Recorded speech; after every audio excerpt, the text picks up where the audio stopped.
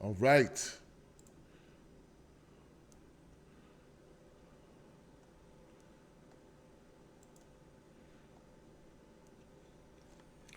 All right, all right, all right. Looks good, guys. Looks good. Let me go ahead and kick off the show.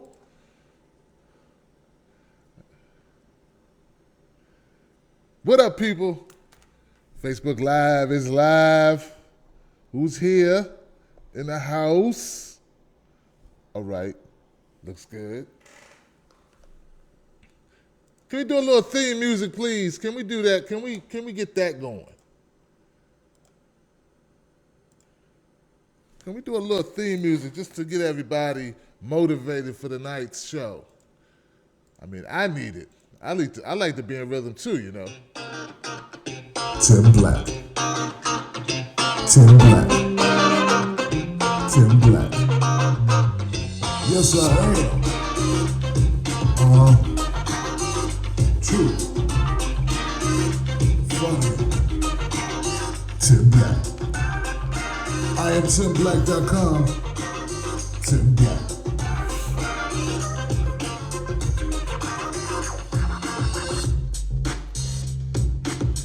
Hey folks, how you doing? It's your man Tim Black. Thank you so much for being here. I'm your host for tonight's show, Tim Black at Night.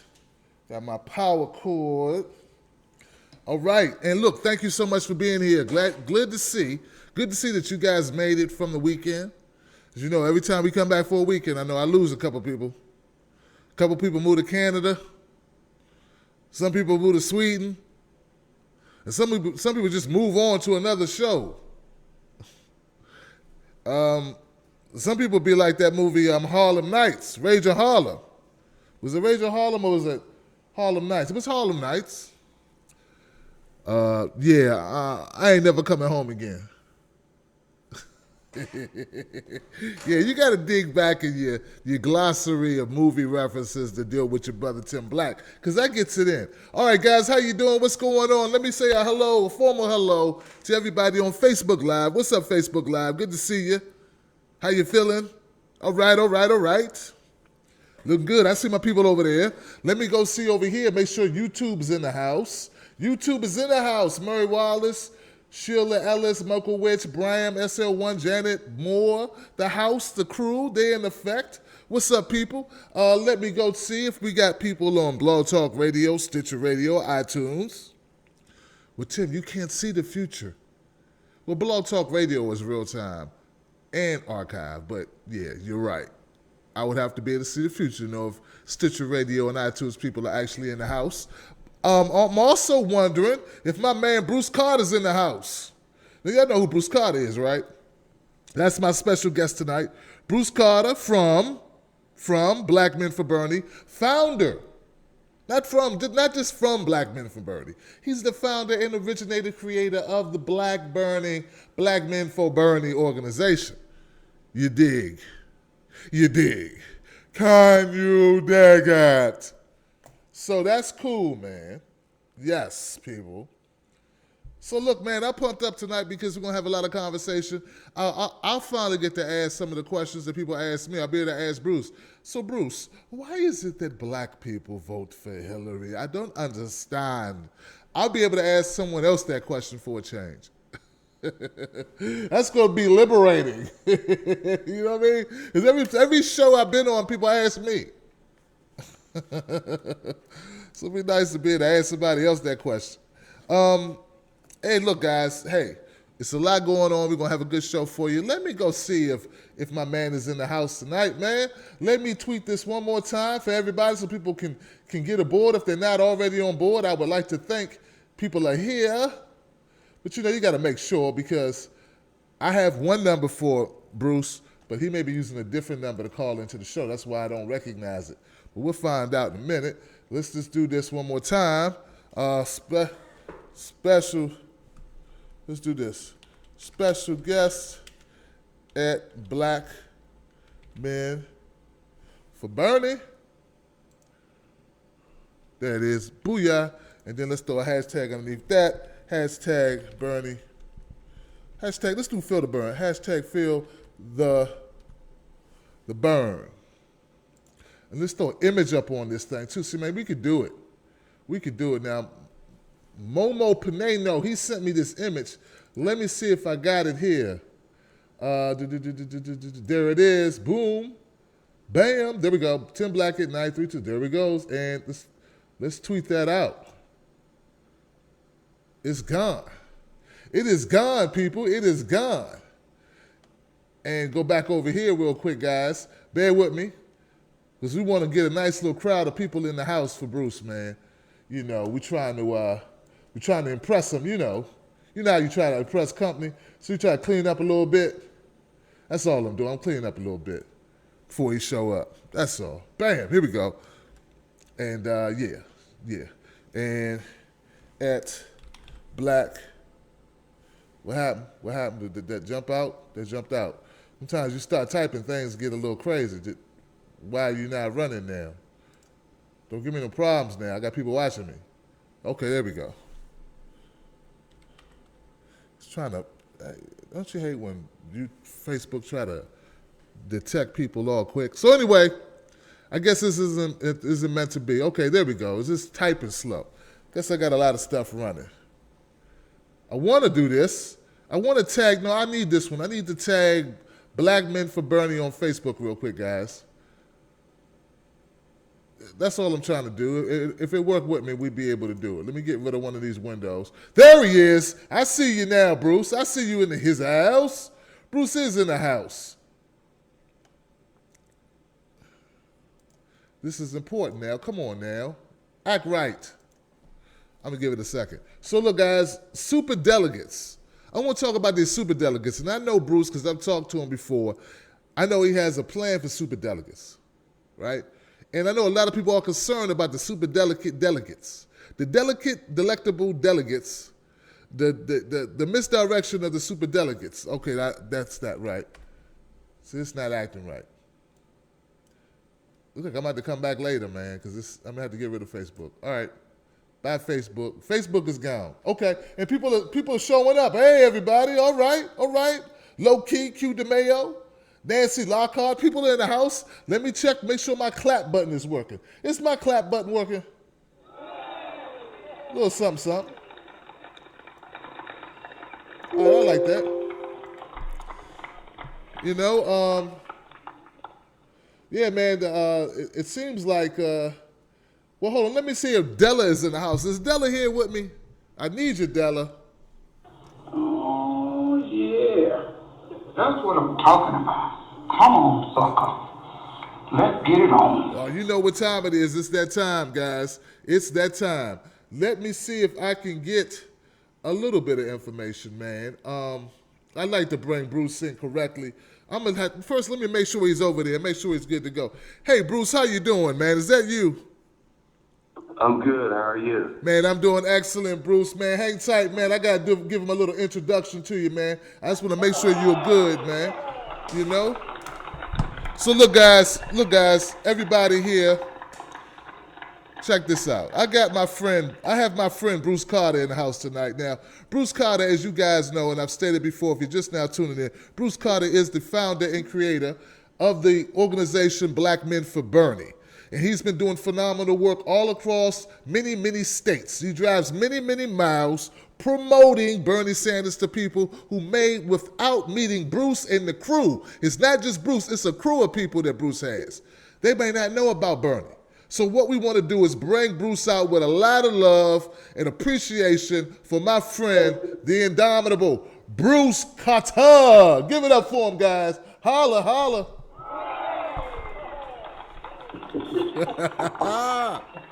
Man, you make me want to come to Maryland tonight. Y'all having too much fun. You know how we do, man. I want you to feel like the star you are, man, because the work that you're doing, Bruce, man, is very, very important. And we love you for it, Bruce. Like, straight up, man. There's a lot of appreciation and love. I'm looking in the chat room now, man, and there's a lot of hey Bruce's going on and all that stuff, man. Like we old friends, man. How you feeling? First of all, where are you, Bruce, right now? Man, I am in New Jersey, sitting in a working meeting with some fabulous people from California, Philadelphia, and even one of my newfound friends from El Paso, Texas. See what I tell y'all, man. Bruce don't stop, man. The guy's got a motor. He got one of them Teslas. He got a Tesla motor in him because he just keep going. He don't got to stop for gas. It's just in him to keep going. And right now he's in Jersey. What's on the itinerary, Bruce, man? What are you guys doing in New Jersey? Well, we just finished up with Rutgers University earlier with Ben and Jerry, the actual owners of Ben and Jerry's. Spent some time, ate some ice cream. Great guys. Dedication. They came out of Vermont, and the flight ended up taking them to Philly. They called an Uber all the way up to the university. So meeting good people. But more than anything, we're finishing up our planning for what we're doing next. And I'm going to be in Maryland on July 11th and 12th. Okay. 13th. So I need you to put that on the calendar. I will be there hanging with you. That's but what's before up. I get there now, I will be in California, Arizona, New Mexico, Texas, Mississippi, Arkansas, Tennessee, Alabama, Florida, Georgia, South Carolina, Virginia. Bruce is crazy. Before I get there. Bruce is just all over the place, man. Bruce is driven. I'm trying to tell you, man. Now, look, man, I want to, before we get ahead of ourselves, I know I had some people who are just now getting to know you, Bruce. Please tell us a little bit about Black Men for Bernie and what inspired you to create this organization, if you could. Well, okay, I can. Black Men for Bernie. Actually, today is our anniversary. We are officially 2 months old.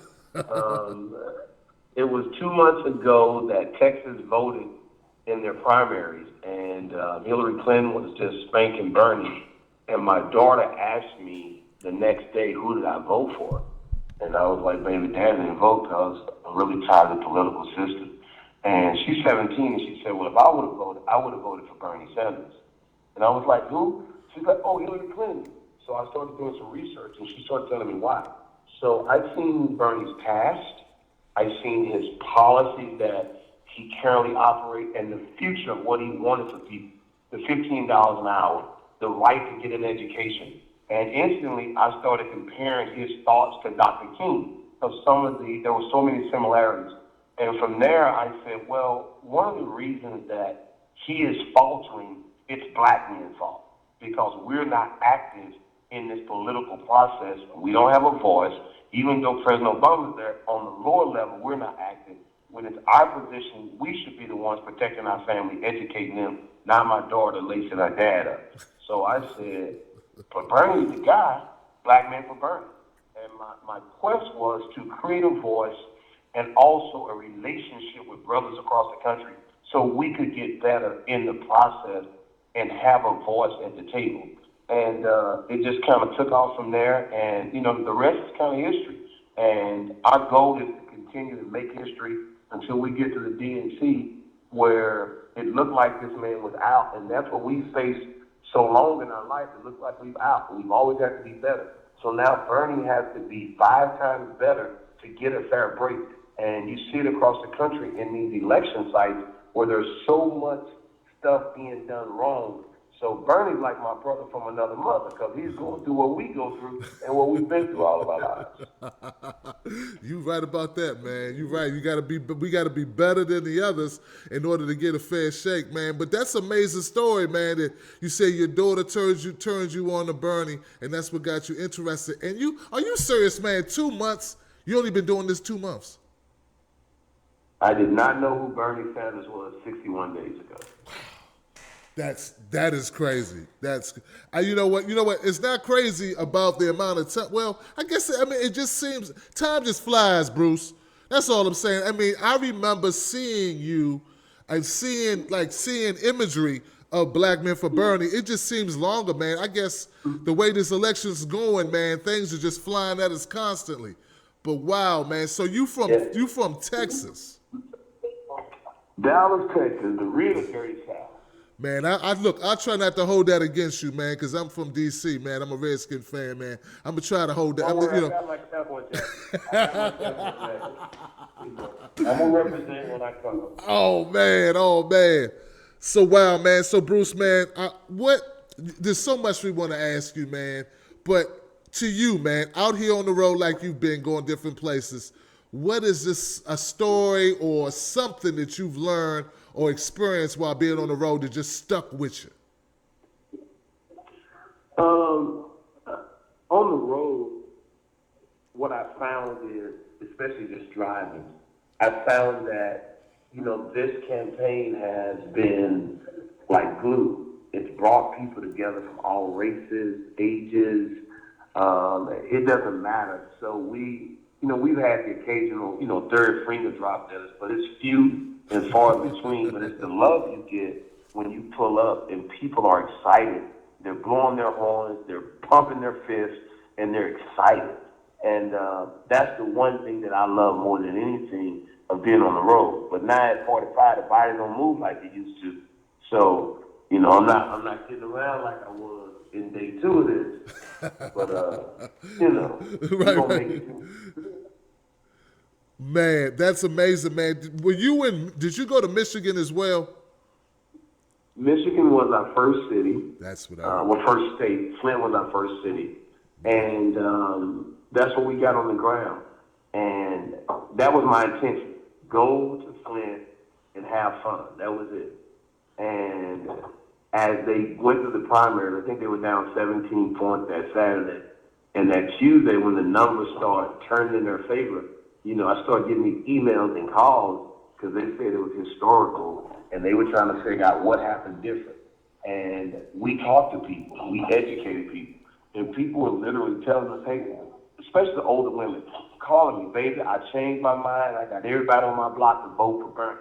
He better be right for us because we taking you at your word. And I started realizing that I said it, that Black Men for Bernie had a purpose. But when those ladies started calling back, I knew we had a purpose. And that's what has taken us from one city to another city and from one state to the next state. And that's why we are continuing on all the way back into Philadelphia.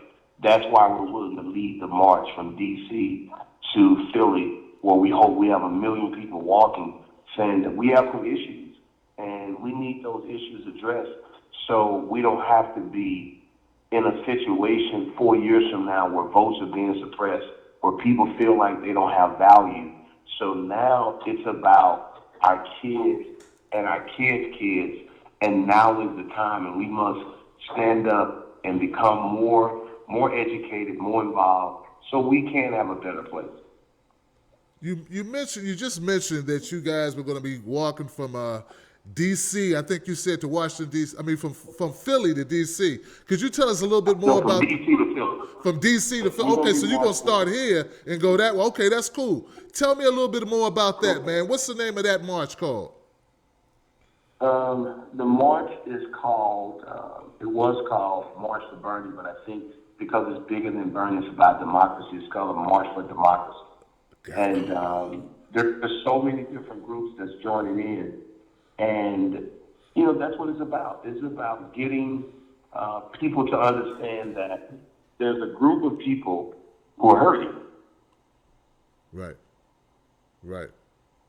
And so, we got a lot of stuff, though. Yeah, that's amazing, so much man. going on over at Black Bernie. It's crazy. Yeah, but you know right what? Well, you know what, Bruce? But as you get closer to that date, man, you just let me know, and I'll do my best to try to help promote that, man. I love to be in the chorus of promoting that event for you, man, and also somehow participating in it because it's so. Well, yeah. Here's what you can do, Tim. We have a hotel that's our headquarters hotel, and we've actually set this thing up where individuals can come in and broadcast, and we'll figure out what we got to do some live streaming as we make this walk, because we want people to see that it's real. And my goal is this, so you know, and all your listeners know. My goal is to have 1,000 young Black males between the ages of 10 and 20 leading this march. So that's what I'm working on right now on the East Coast. Wow. Because I want them to be so proud that they were involved in how this country changed. That's amazing, man. Hold up, guys. We got to show them some love on that, man. We got to show them some love on that. That's amazing, man.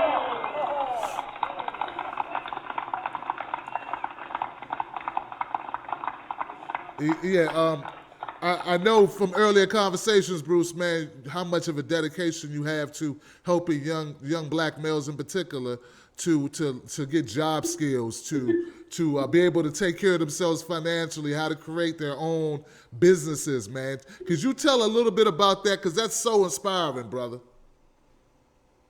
Well, yeah, I'm a business coach by day, and I've worked with young men for about 8 years so they can learn how to have ownership, understanding that if you have a blemish on your record, or just maybe you don't have the education that you need, if you own something, then you're always in control of your life. My first business I had at 8 years old, and I've worked for two people in my life, Walmart for 2 weeks in college and Discount Tire for 2 weeks when I graduated high school. And I've never, ever wanted to work for anybody else because I work too hard. And so I understand the lean times, but I understand the greatness of being able to get up and go when you want to. And fortunately, I've met some young men in Philly. I have about 30 of them. And they're getting it, and their range is from 13 to 24. So I know it works. And let me tell you something, Tim, all your listeners, like, y'all got to get this. I met with these young kids yesterday, and I asked them this question. How many black men have reached out to you and tried to help you? I told you I had 30. Of the 30, 27 said not one, and 3 said one. That's our problem. We can talk about a lot of other stuff, but at some point in time, we better figure out, and I'm talking to every man that has a daughter. See, I have 5 daughters, so I'm hoping and praying through reciprocity that I do good by enough of these young black boys that my daughter gets on. So we better figure out how we get to that point that we have some good things coming back in our lives. Gotcha. So that was a selfish, but that's for real. Yeah, and that it is real, man. That's real. That's a staggering amount of young men who haven't been, touched by other people, by other brothers, man, haven't reached out to them. That's amazing, man. That's kind of hard to believe, man. No football, no basketball, no, that's the traditional stuff that you get. You get coaches, but yeah, that's horrible, man. We got to do a better job as collectively. But wow, man. So do you think now? Right now, today I did an earlier show today about superdelegates. Could you tell me, man, what's your sense about superdelegates, man? What can we do? What's your plan? I got a plan. I think we have similar plan about putting pressure on superdelegates to smell the coffee. What do you think about the whole superdelegate issue? Trying to get some of those people to turn over, to switch to Bernie Sanders. Well, for what I've read about it and understand, is that their job is to present the best candidate for the party and the people. So at this point, by far we know that Bernie is the candidate for the people at large. So my plan is to go back and educate people in the South about Bernie, because if you take away the southern states, he would be in the lead. So a lot of those people didn't know who he was. So we have what's called We People Restoration Barbecues. Black folks love to eat. So when we leave out of California, we're going to go all the way back to the states below the Mason-Dixon line. And we even coming back into Maryland, too, because y'all was tripping down there during both times.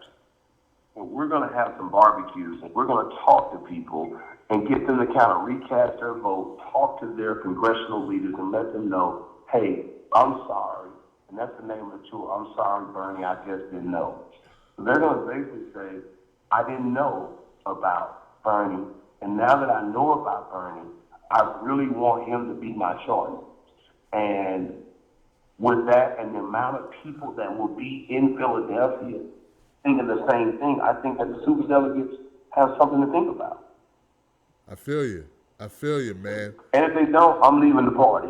I'm no longer a Democrat. And there's a bunch of people feeling the same way, because we just got to do a better job. And in Philly, I've seen some of the worst behavior in politics, and I haven't seen much, but I saw where the Democratic Party really don't recognize Bernie Sanders as one of their candidates.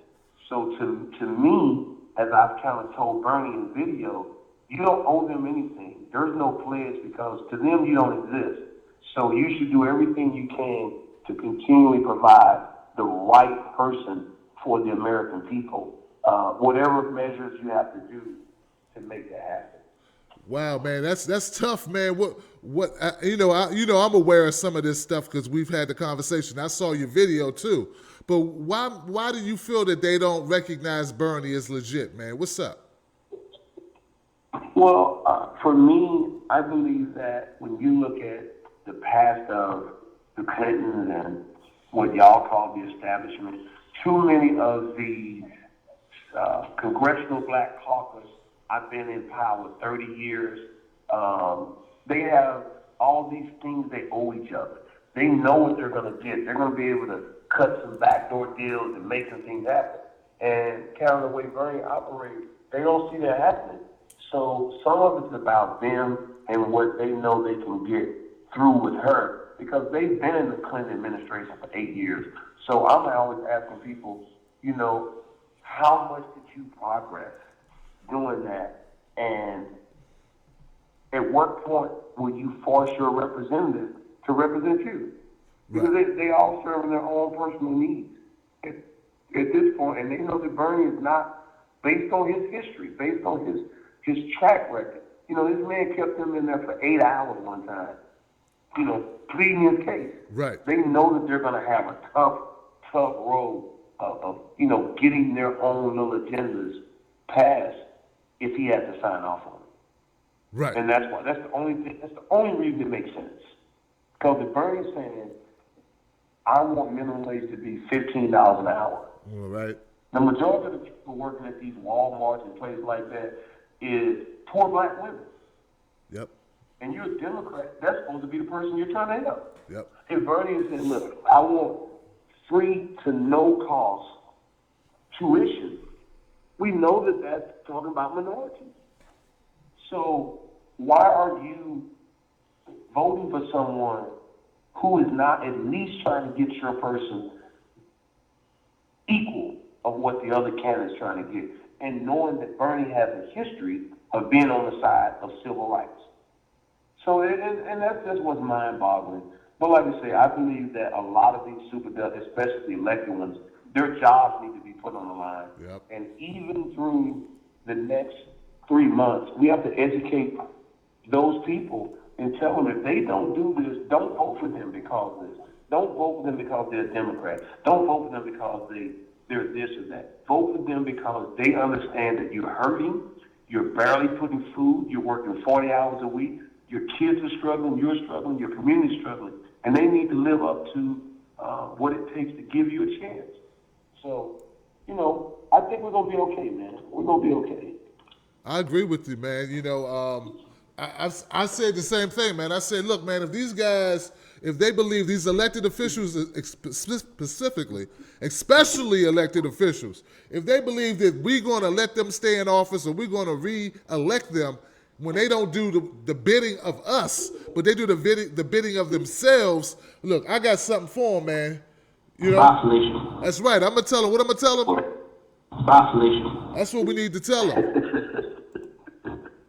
Well, I know this. Vacillation. The ones in Dallas, I can only imagine what I could do if I was staying in one city. I probably can run a tree against them and beat them. Because when they sleep, I'm going to be figuring out how to beat them. Yep. And that's the message I'm about to take back to Dallas, to all the elected officials, that you have to change your vote. If nobody else does, you have to change it, because if not, I promise you, I will make sure that you do not win the next election, because it's not right. No, it's not, man. Now here goes that question. I know you done been asked this question 18,000 times. I've been asked this same question 18,000 times, and I know it's a bad question, but I got to ask you because, hey, at least now I get to ask somebody. So Bruce, could you tell me, why are the black folks voting for Clinton? Don't they know about all the bad things Hillary did? Why are they supporting Hillary Clinton and not supporting Bernie Sanders? What's wrong with the blacks? Could you tell me that, Bruce? I'll give you two. Well, the number one answer is ignorance, meaning they don't know. That's one. And then the other one is a sense of commitment because I belong to something. Bernie, I think I've said it before, Hillary Clinton's like Coca-Cola, that red and white can that everybody's familiar with. Bernie's like this black label cola that people don't really know about. So some of us, they just don't know. They really don't know. But for our older voters who trust the John Lewis's, the Eddie Bernice Johnson, the Claibornes, they trust them. Yep. But they don't look at how poverty-stricken their life is. And so they're going off of what their stance is more than anything. And they trust these black pastors who bring them in the pulpit and say all these great things when either a lot of them are ignorant to the situation too, but they believe they'll get something out of it. And unfortunately, once again with Bernie, people like the way this guy rolled, I'm not going to get that out of it. So they're being misled by their pastors. They're being misled by their politicians. And they're not into the system. So they don't have the educated prowess of making those decisions. So until we start teaching our young people to help our older people, they're going to continue to make those votes based on the limited information they have and the pastor and the politician. And that's what we got to change because, once again, me, you, the young guys we're bringing up, we have an opportunity to really educate them at the lowest level. So it's not even about the president in the next 8 years. It's about that city councilman, that county commissioner, that state rep, and that congressional leader who every 2 to 4 years is trying to get a job because some stay too long and they need to start earning those positions. So until we do that, man, we're going to always have these problems. But I'll tell you this. I had a brother who had a white shirt on and 2 little bitty gold chains standing outside our office in Philadelphia. And the young man was trying to educate them about Bernie. You know what the guy said? I'm voting for Hillary, don't matter what happens. You know what I said? I said, so if Hillary went on TV right now and said, I'm hanging all black men together in a white shirt with 2 gold chains, you still vote for Hillary? He said yes. He's just ignorant. It's just ignorant. It's just ignorant. And so the young kids got it. I had a group of young kids that had an opportunity to meet Senator Sanders. Wow. And let me tell you something. The first thing this man said to them, and the picture's on his website now, the first thing he said to these kids is thank you, thank you, thank you, thank you, thank you all for supporting me. Gave one of them a big old hug, man. And those kids are 13 or 24, and they know more about him now than probably the majority of the people in the country. Wow. Wow, man, I got to give you some love for that, man. That's deep, brother. That's deep. And wow. You know, I got to say this, Bruce, before we go any further, man. I've had the same conversations, what you described, because you said, well, some people are voting for Bernie because of ignorance, not voting. Some people are voting for Hillary because of ignorance, commitment, trust in people that they value, respect. They have trust in what they tell them. And then, you know, the other piece, I think you would agree, media. Because the media is telling them this is the way to go. Because the media gives them so much coverage to Clinton. So, you know, I look at it like this too, man. Like, white people do the same thing with Trump. Like, they trust Trump based on, based on knowing him for a long time, seeing him on TV. They don't really know his policies other than, he said he's going to build a wall. Well, how much is that wall? I don't know. He said they're going to make America great. How you going to do that? He's going to build a wall. Okay, so that's like the extent of some people's knowledge in the Trump, you know? And it's the same thing. And then they feel a commitment because, I don't know, maybe they feel commitment because they just want someone who's not a politician. So I agree with you, man. I think it's about the same, man. I don't really see a difference. I think just the fact that so many black folks, man, as you know, don't even get involved politically. I don't know about you, Bruce. Did your parents vote? Because my parents, sure enough, don't vote, bro. Well, my mom is 68 now. Okay. But she voted for Hillary. She voted for Hillary when she ran against President Obama. she voted for her in the primary. And then after I became a little more educated, I talked to her about a month ago. I said, look, I'm not giving you another dollar unless you vote the way I tell you to vote, because you don't know nothing. She said, who am I voting for? I said Bernie. She said, well, Bernie got me. I had to give her that absolute, man. Because, you know, she's not on the internet. She watches TV all day long. Right. And she don't know anything else. Right. So that means that I'm her son who has to basically take care of her. I got to be the voice for her. Right. Right. And that's what we got to do. You know, my mom, she's 70, bruh, and she doesn't vote, but back when she saw me getting involved politically, Bruce, she said, you know, it says Hillary and Trump. Hillary and Trump. It's like those were the only two names that she knew, and this was at the beginning of the race. This is when there were more people in the race. She didn't know Christie. She didn't know Rand Paul. You know, she didn't know Martin O'Malley. And she lives in Maryland. Maybe she didn't even know Martin O'Malley was running for president. And she lives in Maryland. So, you know, that's how bad it is. That's like her focus. Her focus, Bruce, was just on those two, you know. But, well, you know what it does, Tim? It talks about where we are as a people also. Okay. When we have a life full of reality. So, you know, I'll give it up for Trump. Very intelligent. You know, cause controversy, say stupid things, and people will gravitate to it. Yep. And that's what happens. So it is. Now, you know, he's like a man, like this barrel going downhill, steady picking up steam. And here's the problem that the Republicans have to realize. The more you fight to stop him, the more allies you create for him. Because he now becomes the underdog. Yeah. People love underdogs. And when you're a winning underdog, now you're on the bandwagon of an underdog. That's really cold-blooded. People love belonging to something. They love belonging. They feel like they belong to the underdog team. They got a reason to fight.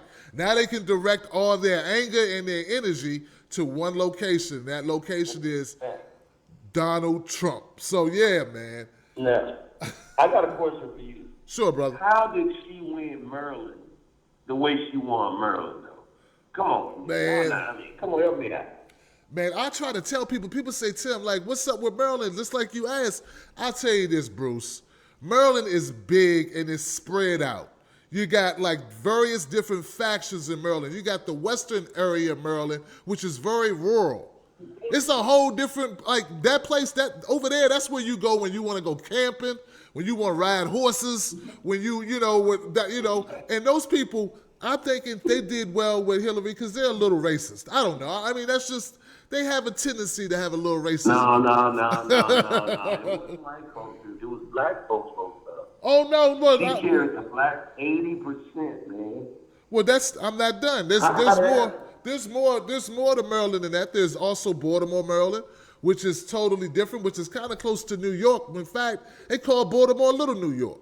That's what they call it. So I don't know. We got my brother D. Ray McKisson down there from the Black Lives Matter organization. I expected better out of Baltimore, but I don't live in Baltimore. I don't know. I don't know exactly the post. Okay. They got a lot of police brutality, a lot of police issues going on there.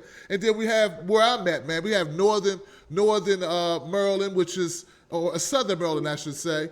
And all I can tell you, man, once again, I don't use the Coca-Cola reference, but I tell you this, man. People remember the Clintons.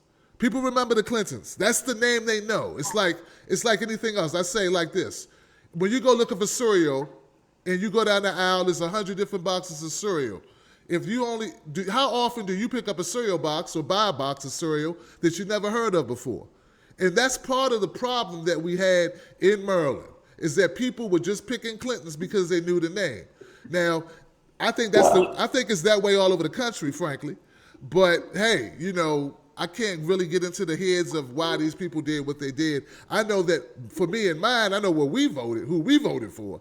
But, it is disappointing, Bruce. It is very disappointing that 80% of black folks would vote for Clinton. But that's why I asked you the question, and that's why people ask me. They're like, Tim, come on, talk to him, man. Talk to the black people, Tim. Get the black people to do different. One thing I do know, I feel like as we're continuing to fight, if Bernie had another 8 months with what people do know today, and they start this process, I believe he would win hands down. And I think that's some of the stuff that superdelegates really have to look at. Where if you're down, you're down 30 points, even if you lose and you make up 25 points, that's saying something about the candidate that you're choosing. That's saying that candidate is not rock solid, or they wouldn't be losing ground the way they lose ground. So I think even within losses, there's also wins. And, man, I'm going to tell you this. To you, I talked to you offline. Thank you, my brother, for just wanting to see me even get better at the things I do. And it goes back to what I was saying about the board. As we start to look out and help us, each other, move a little further down the road and have people's best interests at heart, I believe we look up collectively as people in the United States.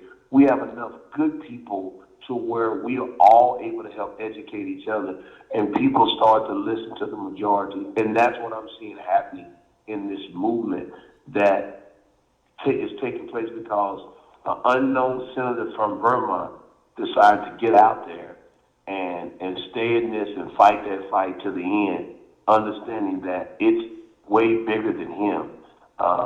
And I think that's some of the admiration that I have for him, because, man, he's 74, and every time you see him night in, night out, he's coming out with his fist pumped up, running around. Right. He does look like he's full of energy, man. There is one thing I want to get to. Strong old pup, man. That's what's up, man. You know what, man? One thing I don't want us to underestimate, man, and I want you to think about this on the road, brother. I think a lot of black folks specifically are concerned with Trump. I know a lot of my Muslim brothers are concerned with Trump. They are afraid. Some people voted for Hillary out of fear because they believe that Bernie can't win. And that's, once again, back to that narrative that the media keeps on pumping them with. See, that's what they keep telling them, that if you choose Bernie, he can't win, so you wasting your vote on Bernie. That's a big thing, because back in 2008, a lot of black folks were voting against, they weren't going to vote for Obama for the same reason. For some reason, it's like, you know what, if we believe he can't win, it wasn't until he did well that people started getting behind him. Remember, that's how Obama won the presidency. It took time. So I agree with you, Bruce. It's a thing where people need to see, if they had more time, if this was a longer process, I'm sure, I don't think it, I believe it. I believe that Bernie will be doing better in some of these southern states, and frankly, some of the states that just went past on Super Tuesday. Well, in Philadelphia, it could be 10 years from now, and he wouldn't do no better because they rotting up here, man. What they do? No, what's that, man? What's that? What's that, brother? Rotten, they rotten. What do you mean rotten, Bruce? What you mean rotten? Rotten to me is this. They have a system where, you'll pay a person to go out on the polls to go. I mean, they'll sell their vote for $25, man. What? Make $100. Yeah, and it's crazy. But it's like a practice. So when I was getting really upset about the ballot and what they put out, the Democratic Party, all the old heads here, man, that's just what we do in Philly. And as soon as you get mad about that, that's going to happen next time and the next time. Damn. You mean that ballot, that we saw, the ballot that you had in that video, that didn't have Bernie's name on it? No, that's just normal practice for them, the way I get it. And that's crazy to me. But hey, and you know what? You go into Philadelphia, these young people, man, are living in 50-60% poverty. Eventually, they're going to pick up a sack, or they're going to get a gun and rob somebody. Because at some point, they got to try to feed themselves and their babies, man. That's the problem I have. Yeah. And that's what Bernie told them at a breakfast. You all got to understand something. This is rigged.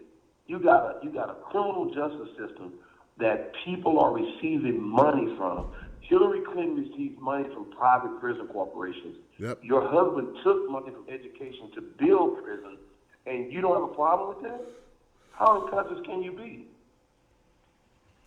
This is crazy. I mean, it's like then I hear brothers say, or sisters, they don't have to go out and commit no crime. You can't blame Bill Clinton because that's a law. If they don't commit the crime, they won't do the time. I said, well, baby, listen, I'm from Dallas. In Dallas County alone, I've seen 40 black men released in the last 8 years, and they didn't commit the crime. Yep. So every strike is not a real strike. Some of them are foul balls. Yep. And once you get a strike, right. That's great. Yeah, once you get that strike, then they take away rights from you and they make it harder for you to get back into, like, get a job in order to qualify to get a job. And now you become part of the fringe of society. Now you can't get housing, you can't feed yourself, you can't get food stamps, you can't get shelter. So what are they supposed to do, Bruce? Listen, the only value you have is being locked up. Now you worth $40,000 a year to somebody. And people need to understand that. And, I'm the guy, and I go on the record and saying it, so all y'all can slap me when y'all see me. Just don't hit me too hard. I used to say Bill Clinton was the first black president. Oh. I didn't know. I just didn't.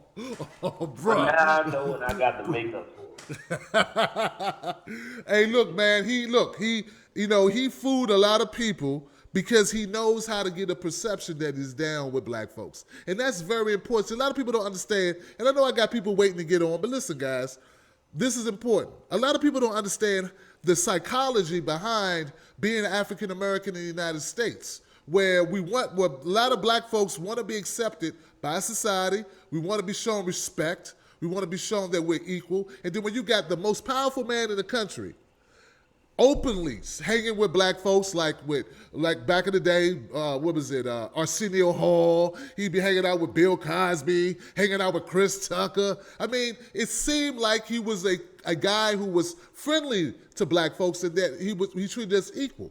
That leaves a very permanent perception in the minds of people. They didn't know the policies. They didn't know it. And if you put all that inside a person who knows how to spit that rhetoric, who knows how to talk, who knows how to make you feel important when he talks to you, knows how to compliment you. Well, all this time, I was just telling Hillary that time that, I went over and I saw Bruce. I said, Bruce, baby, Bruce, man, how you doing, man? How's your mama, Bruce? Your mom seems so sweet, man. Man, if I had $1, I'd give you $1, Bruce. I'd give you whatever I had, brother, because I'm with you, brother. I mean, when someone knows how to kick that rhetoric and you just be like, man, this guy knows me. He knows me. He loves me. He's cool. He's down. And then he goes and writes a law that says you need to go to jail for 50 years. You're like, what? I can't believe he did me like that. Yep. So, Tim, here's my question, my man. How do we collectively get better? Whether it's information that we can readily make available for people to go and it's trusted. You say you're in the political world. One of the things I think that I've learned in this short 2 months is that we have to do a better job of making candidates' behavior known, good and bad. So if not right before it's an election, that means we have to be able to vet people, a year or two out and basically say, you know what, here's the best person for you based on this, based on this, based on this. And if we do that, I think that we're going to really give some great help to people in the future, regardless of what comes out of this in the next 90 days. People are going to have a chance, and they can trust. And that's what we got to have, some trusted information for people that are not as informed or not as educated or not as accessible to information. So that's some of the things I'm looking at really doing, man, moving past this and making sure that we don't run into a situation where we get a great candidate that comes along and we lose out on a great candidate because the brand is not there. Right. Hopefully we get another one. Hopefully we get another person that cares about people the way Bernie. You know what, man? I think that Bernie's so rare, man. He's going to be few and far between. But I tell you this, I think part of what we need to do, Bruce, to answer your question is we need more vehicles like the one you're on right now that talks to people in a regular way. You know, like if you notice, Bruce, I don't use a bunch of big words. I'm not trying to impress no one. I'm not trying to, show off my vocabulary skills. I'm not trying to, show that I'm smarter and look down my nose at people. No, all I'm trying to do is connect with people. And if we do that, Bruce, if we do that, man, if we connect with more people and inform them and give them information, they will accept it. But we have to provide the information, man. So I just encourage everyone to create platforms, deliver information in a friendly way, in a way that people can digest it. You can't make it all boring. People don't want to sit around and listen all day to Meet the Press. I mean, maybe you know what I'm saying? You know what I'm saying, Bruce? I mean, just keep it real, man. I mean, the people that watch Meet the Press are already informed. We're talking about informing people who don't want to watch Meet the Press. And everybody I meet, Bruce, they want to compete with Meet the Press. They want to be like what they see on TV. And that's not helping low information people. That doesn't help, Bruce. So we need to keep it real. We need to follow the roles sort of like Steve Harvey. Like Steve Harvey, down to earth, accessible, very plainly spoken. People can understand what he means. They don't have to go get a dictionary. They don't need a translator. They get it, and that's important. So when people write me, Bruce, they say, Tim, that's one of the things we love about you, Tim, is that you for the average regular person, Tim, you make it so I understand it and I don't feel dumb when I listen to you. That's important, Bruce. So that's what I'm doing. And look, I don't expect everybody to do it like I'm doing it, but that's my ticket. That's why I get like 2 million. I'm gonna do it like Tim do it. I'm gonna do it like Tim do it, because Tim got 57,000 people that subscribe to his YouTube. So I'm gonna do it like Tim do it. Hey, what's up, y'all? Bruce ain't right, man. Hey, Bruce, man, I could just keep talking with you, man, because, like, you already know, man. Like, I could just talk to you anyway. But I would like to bring some callers in, man, before they get mad. Can you give me another 20 minutes just to answer questions if people got them? All right, man, let me stop being stingy. They like, man, come on, man. I'm looking at callers in the queue. They hanging up because I keep talking. Hold on now. I'm going to go to my first call. Let me write this down because I want to go in order because this person been holding on for almost an hour, Bruce. 559, you're live with Tim and Bruce, a Black Men for Bernie. Hey, what's up? How you doing? Hey, I'm sorry, I couldn't hear you, brother. How are you doing, man? What's your name and where you calling from, brother? This is Craig from California. I talked to you in the last show. Gotcha. What's on your mind, my brother, Craig? Well, I want to, thank you both again for what you guys are doing. But also, I wanted to talk to you, remember you asked about people in California, how they were feeling? And I was telling this socioeconomic view, so what I did was I asked people again. I think some people are haven't educated themselves about Bernie. They just don't know. So everything he said in this whole podcast, this whole thing is true. It's what's going on. So people need to be educated. Right. But I think, it's like sense of nationalism, people are still stuck to some views or making a point to argue about simple things. They're happy with their station they've been placed in. And they don't know, they're stuck in their interest. Remember that dude said stuck on stupid? So we're going to have to ask both of you, how do we educate these people? I mean, it's a hard battle, but you can't fight nobody over it, but how do you make them have common sense of, they're saying, well, they want to go into government and things, the government's going to take over. But what do you think the insurance companies do? They raise everything out outrageously. They don't understand the concept. So how do you educate a person like that, dude, who don't want to open the books? I got you, man. That's a good question, Craig. Thank you for your question, man. Bruce, would you like to start that off, man? How do we educate people to the issues that are important, even when they don't know what those issues are? Here's the way I decided to do it, is I decided to start with the young people, really at age 10 up to about age 20, because they're still open to learning. Some of the most difficult people to try to help, to educate and give information. You've heard that old saying, you can't teach an old dog new tricks. It's really hard. But when you have fresh minds, virgin minds, you can take those minds and you can actually move those minds forward. And hopefully they can go into their families and their loved ones and resonate with them. Hopefully they can get them to listen, because me and you don't have the energy, and I don't, to keep fighting one or two people who I see here and there. So I like to give it to young people, man. Move them forward. And if nothing else, over time, you have new generations of people that are informed, that are educated, and they do want to know more. That's my little 2 cents on how I try to do it. That makes a lot of sense, man. That's a good answer, man. You know, what I try to do, Bruce, I tell people this, man. I got some new T-shirts, man, I just put out called Sprinkle Some Facts on Them and Get Out of There. And that's taken from Dave Chappelle when he say sprinkle some crack on them and get out of there. So that's what I tell people to do, man. Like, don't argue with people. You can look. There's an old saying, Bruce and Craig from California. It says, "A man convinced against his will is of the same opinion still." You're not gonna change Yeah, you ain't gonna change nobody's mind, bruh. People have to change their own mind. You know, you ever try to tell somebody they didn't want a steak when they wanted a steak?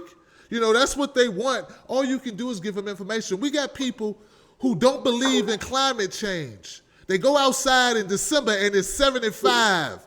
And you say it's climate change. They go, no, it's not. I said, it's 75. You got on a tank top. It's Christmas. You got on a tank top. You ain't supposed to have on a tank top in Christmas on the East Coast, brother. And so they not only, they don't believe you, they don't believe their own skin. They don't believe the air. So look, so I'm just saying, do yourself a favor, Craig from California. Tell them some information. This is what I do. I find out what's the hot button. Find out what's the hot button. Typically, it's going to be money.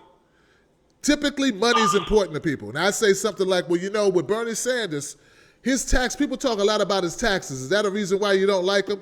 And they say, well, yeah, I can't pay more taxes. I say, well, he only going to raise taxes on people making over $250,000 a year. Do you make over $250,000 a year? And they'd be like, no. I said, well, you know what? You ain't got to worry about that then. And they'd be like, oh, I didn't know that. Yeah, so that's what the Republicans been busy telling you. He going to raise taxes, but not on you, man. On rich people with money like that. You ain't got money like that. You make $40,000, you and your wife together. Y'all good. So that's what I tell them. But all right now, let's move on. Let me try to get at least one more call in. 313. Thank you for holding 313. Yo, Mr. Black. Yo, who is this? Mike J from Detroit, Michigan, man. What's up? Man, this is my man, Mike J from Detroit, Michigan, man. You picked a good night to be here, my friend, because I got my friend Bruce Carter here from Black Men for Bernie, my brother. Bruce, how you doing, man? Pleasure, man. I'm good, bro. Why did you when I was in your city? Well, great, man. This is kind of crazy, because in the last 24 hours, as far as Bernie's concerned, I really ran the gambit. The gauntlet, if you want to put it that way.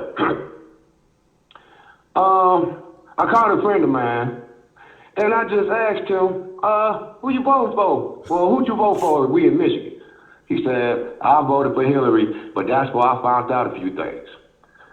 I said, well, I ain't going to sue you for that, but you don't agree with Bernie policy? He was like, it's not that, man. I thought he was out the race. I said,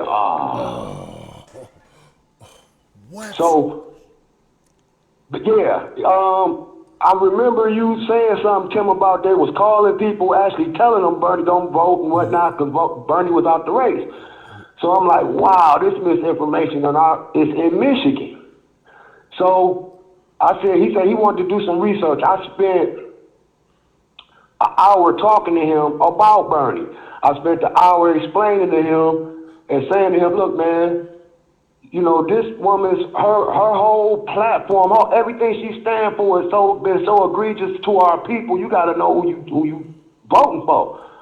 You know what I'm saying? To hold your nose and say, okay, in the general, she make it and you going to go vote for her anyway because you don't want Donald Trump. I think you screwing yourself. You vote against your own best interest. And here's why. So I started sending you video clip after video clip. I even sent you the video clip of Bernie making the announcement Sunday that he was staying here till July. So, okay. He called me this morning cracking up. Man, yeah, thanks, bro. Yo, she ain't nothing, this, that, and the third. I don't want to say what we said, I would do. We had a long, or we went there. You know what I'm saying? Right. So that's the good news, right? Like I got somebody to see the light, and I got him over to Bernie's side. Like we was talking about, ideal is cool, but let's put in some work. So I'm on and I've never been engaged politically. Okay. Because they lost me in 2000. When they did that with Bush and Gore, I was done with them. But anyway, now, let's flip to this evening. I go to lunch. I'm at work now. I go to lunch. And the guard that's down at the Family Dollar, me and him see each other all the time. Hey, man, we talking and whatnot. And listen at this, fellas. Check that. And I want everybody to listen at this. This is okay. Come he on went now. on to explain he's retired. He did 35 years at the plant. Right. And now I'm doing 60 hours a week. He's doing 56. Wow. I said, this dawned on me. I'm saying, damn, ain't you retired? Right. Think about, ain't you supposed to be done? You just said 30. He said, well, I got 33 years because I got laid off for a couple of years. So now, as a 50-year-old man, I'm 49. I'm going, wait a minute. That's what I got to look forward to. Is that? Yeah. And I said, even when they lay you off, they take that from you too. So you ain't got 35, you got 33 and a half. What the? Wow. So, y'all, this gets really crazy. So, Mike, it goes to the caller before who asked the question, how do you get this information? How do you teach an old dog new tricks? Okay. This is an old dog. The gentleman I'm talking about that I had the conversation with yesterday, that's a new dog. Okay. That's being said. My man was like, yeah, man, I got $200 back on my tax return, and I owe the state $56. I'm like, what the? Hey, Mike. Okay. I'm gonna wrap it up, man. Yeah, is there a question? Is there a question in this somewhere, brother? I'm just looking for a question. You got a question in there, Mike? Come on now. Yeah, because in the end, he said he's still gonna vote for Hillary, even though he's in that situation. And I'm like, I'm not voting for her. I'm like, what about the fact that her husband signed that bill and locked everybody up? He said, good. That's who breaking in my house. And the black man was one breaking him. I'm like, man, you don't even get the big. That's an old dog. Remember we said earlier on, Mike, there are some people there are some people that have ignorance, but some people are ignorant. Ignorant people are gonna just be ignorant. So, but I tell you this, and I'm gonna make a question for you. Okay. We have to focus on those people who really just don't know, and through information, they'll make better choices and decisions. For some people, it's too late because they've already left the primary states and they can't do anything other than learn and put some pressure on their superdelegates. But we need to let this moment be a teaching moment for us moving on in our lives, that we all need to reach out a little further and become a little more wiser in so many areas of our lives, no matter what our statute is. Because I'm going to say it once again, I've taught people all over the country, but there's so much I've learned in the last 60 days about Hillary Clinton, about Bernie Sanders, and more about this, what we call this democratic process that hasn't been so democratic, to where, in July, I will not belong to the party if they don't do the right thing. That's just the bottom line. And so we have an opportunity to get wise and make a difference and keep, the more knowledge you have, the more I have, eventually somebody's going to listen. And for that brother that didn't listen, you did your best. You keep it moving. And that's what I did, man. I actually feel the same way you do. I actually feel exactly like that. I'm done with the party. You lost me. You had a chance if you would have had went the right way, but you didn't. So that's what this all been about for me. And I appreciate Tim Black for having a forum to allow me and people like me to come on with my opinions and with my questions, so it don't be so hazy. Because now I'm not in the dark anymore. That's right, man. That's right, man. Look. I see the same thing. I see the same things that you just see, and that I try to keep up, man. I work a lot, but I try to keep up. Right. So, Mike, we gonna give you a radio show because you talk a lot, Mike. That's my man, you know what I'm saying? I'm trying to tell you, bro. I'm trying to tell you. Oh, Mike, I love you, brother. I love you, brother. I had to hit you with that one, though. That man was talking, man. I had to let my man go, man. My man Mike was like, you know, you try to eat my cornbread up in here. I'm like, come on now. There's gonna be consequences and repercussions. There'll be some consequences and repercussions, man. I ain't trying to help the brother out with a question. He has a question. I try to give him a question. Right, well, let me give you a question.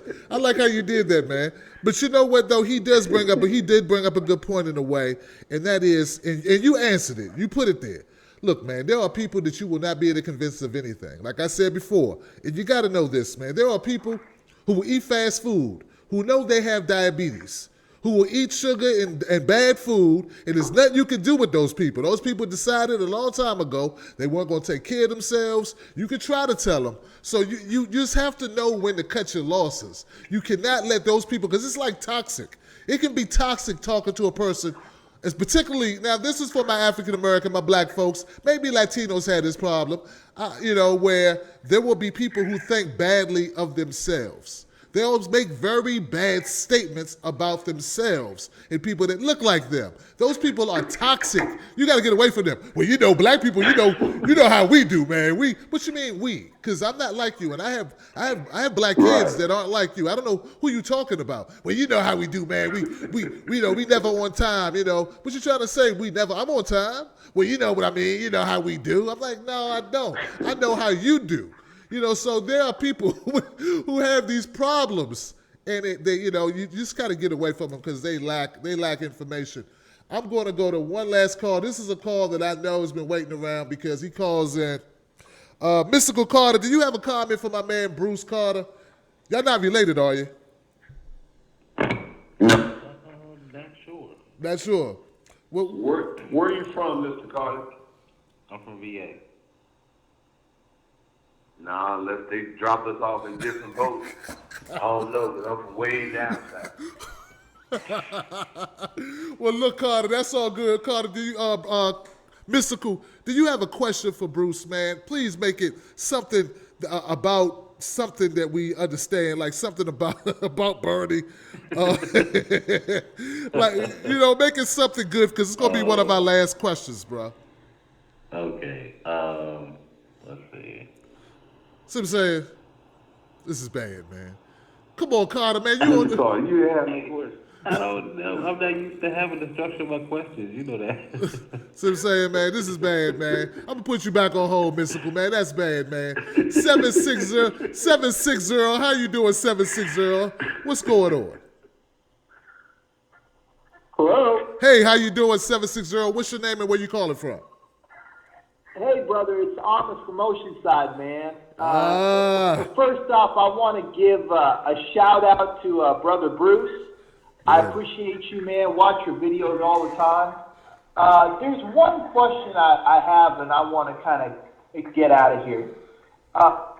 For the states that have already voted, the southern states and all those other states, with Bernie now having a bigger reach, is there any way that we can have a counterattack strategy for the margins that Hillary Clinton won with? Meaning, is there a way that we can take some delegates back when it comes to like caucusing and stuff? I got you. Here's the deal. Great question. Turn your radio down a little bit so we can hear you. Here's the answer to that. This is probably one of the most intelligent questions that I've gotten since I've been on the trail. What we're doing is we will start the I'm Sorry, I Just Didn't Know Bernie tour in June. We will go back through every state in the South, and we will talk to people, we will educate people, and we will allow people to re-vote through video, through casting a vote on the website and also contacting their representatives saying, hey, I voted for Hillary, but I didn't know. Now that I know Bernie Sanders is the best candidate for me, I want you to represent me when you get to that delegate floor. That is the one way to, A, give those superdelegates ammunition, but also to take away the strength, because if they don't honor what their constituents want and their constituents ask them to in a majority, then that's reason for them not to vote for them in the upcoming election. Because if I'm not putting you there to represent me, why am I putting you there? To represent your own benefits? Right. And I believe that gives those superdelegates the chance, and first of all, the fear and the courage to stand up to a machine that they don't know how to stand up to right now. Right. Yeah, I mean, because, the thing that I see is that a lot of those states came out front, which means they didn't have the time to really get acquainted with Bernie's message. Now, hopefully, we can get some delegates back. Every delegate. Well, that's what we're working on, my brother. Yeah. Now, where do you live? I missed that part. Hold on, no. Where do you live? Yeah, I'm in California, bro. Okay, well, I'm on my way to see you. I'm on my way to California to see you and make sure we can get California. And that's what's key right now, so you'll know. The most important thing that we can do right now is to help Bernie win California and win New Jersey and have some momentum on his side going into the convention, along with going back through the South and getting those people on board in mass numbers. And then we just go show out, man. We're going to show out in Philadelphia. That's a guarantee. Fantastic. Being from California, I want to talk about this so that everybody knows. If we match Washington in what they did, they went 73-27. If we get 73% in California, even if we get 70% in California, it's 200 plus. It's plus 200. Right. If we get 73, it's plus 225. So there's still plenty of math going as long as we can knock it off now. Right. Well, look, Amos, man, I appreciate you, man. That's a good point, man. There's a lot of delegates up for the taking in California, man. And I just want to say thank you so much for your call, man. Hey, Bruce, man, one last question, brother. First of all, I saw, and I want to make sure I'm getting this young lady's name correctly. I saw somebody with your T-shirt on in a CNN interview. What is that woman's name? Oh, yes, you did. Yane. Man, she did phenomenal, man. What are your feelings about Bernie or bust? Man, I'm Bernie or bust, period. Oh, God. That's it. Hold on. You don't have to ask me. Look, I'm put it like this. I'm not going to be Democratic, and I'm not going for it. And I've heard so many people. I was with the young lady today you're talking about. And I sent her to CNN because they wanted someone from PA. But I just had met her in about a week, but she had knowledge. The sister was so strong with information that I've been learning, because she went way deep about Haiti and some of the arm deals and how people have gotten killed and murdered and women and children. And I was like, this sister too deep for me. Right. But her knowledge is just over the top. Amazing. So, yeah, she. I'm just tweeting to let her know that we were talking about her, man, because I've seen her on Twitter. Yeah, I've seen her on Twitter. I just thought, because that was phenomenal, man. So Bruce, man, I've enjoyed having you here, man. I want to say thank you so much for giving me your time and giving my audience a real close-up look to what's going on, man. Is there any closing remarks you have for us? Is there anything that you would like to say to folks before you leave? Now, you know, I normally go to bed at 9 o'clock, but I'm just playing. Let me say this. First of all, I do go to bed at 9. First of all, let me say this. Tim, thank you for all the work you do. And for everybody that's listening, I want you all to get this. If you do me a favor, stay tuned with Tim over the next 3 or 4 days. He's going to put some information out. And I want to see black men get involved. I know Tim have a lot of listeners. But one thing I found, the people that support Black Men for Bernie, 85% are white males, 12% are white women, and 1% is other. I need for us to become involved in the process, in good things, so we can continue to go out here and make a difference. And guess what? Create a voice. Because we're creating a voice that we're going to represent very well. Because we don't sell out. Other than that, Tim, thank you. Keep doing the good work. And all you brothers that call in, man, y'all make my heart feel good to know that you're out here and you're listening. So keep doing it. Share the station with someone else so we can have a greater platform. And one day we can all come together. And we ain't come together because something bad happened. We come together because we want to play some dominoes and eat some food. God bless. Y'all stay strong. That's it, man. Give it up for my man Bruce Carter, founder of Black Men for Bernie, y'all. Give it up for him, y'all.